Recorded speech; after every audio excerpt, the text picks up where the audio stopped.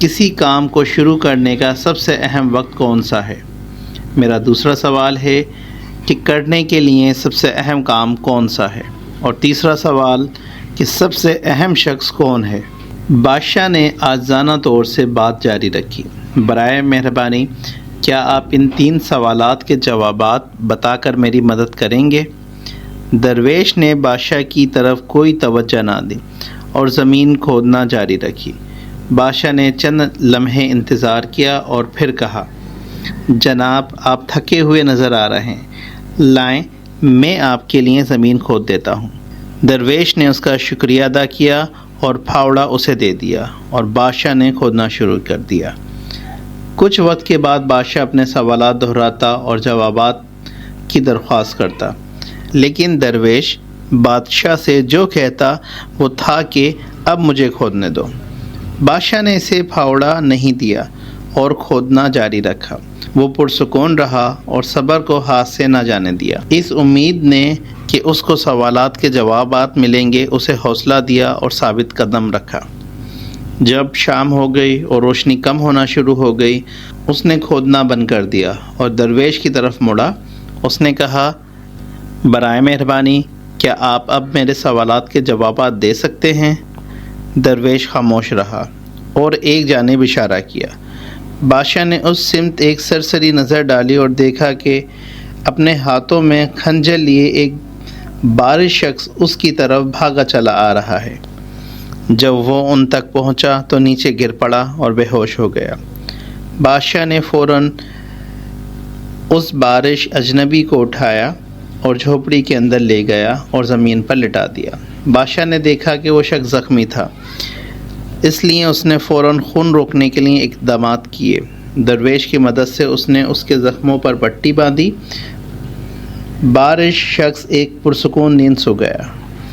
تب تک رات ہو چکی تھی اور بہت اندھیرا تھا۔ گھر جانے کے لیے بادشاہ بہت تھک چکا تھا۔ درویش نے اسے رات ٹھہرنے کی دعوت دی اور بادشاہ نے درویش کی مہمان نوازی قبول کر لی۔ درویش نے سادہ سا کھانا تیار کیا اور بادشاہ کو سونے کے لیے سوکھی گھاس کا بستر فراہم کیا۔ دن طلوع ہوا تھا، بادشاہ جاگا۔ اس نے بارش شخص کو بھی جاگتے ہوئے پایا۔ بادشاہ نے کہا، اب تم کیسا محسوس کر رہے ہو؟ بارش شخص نے جواب دیا، میں اب ٹھیک ہوں۔ آپ کا شکریہ بادشاہ سلامت، مجھے معاف کر دیں، میں آپ کو مارنے آیا تھا کیونکہ آپ نے میرے بھائی کو قتل کروایا تھا۔ دکھ کی وجہ سے میں آپ کا کرہ دشمن بن گیا تھا۔ میں چھپا ہوا تھا اور آپ کی واپسی کا انتظار کر رہا تھا۔ جب آپ واپس نہیں آئے تو میں اپنی خفیہ جگہ سے باہر نکل آیا۔ یہی وقت جب آپ کے ملازموں نے مجھے دیکھ لیا، انہوں نے فوراً مجھے پہچان لیا، انہوں نے مجھے زخمی کر دیا، لیکن میں بچ نکلا۔ اگر آپ نے میری دیکھ بھال نہ کی ہوتی تو میں مر چکا ہوتا۔ میں آپ کا شکریہ ادا کرتا ہوں۔ اب آپ اپنے سب سے وفادار ملازموں میں سے مجھے ایک سمجھیں۔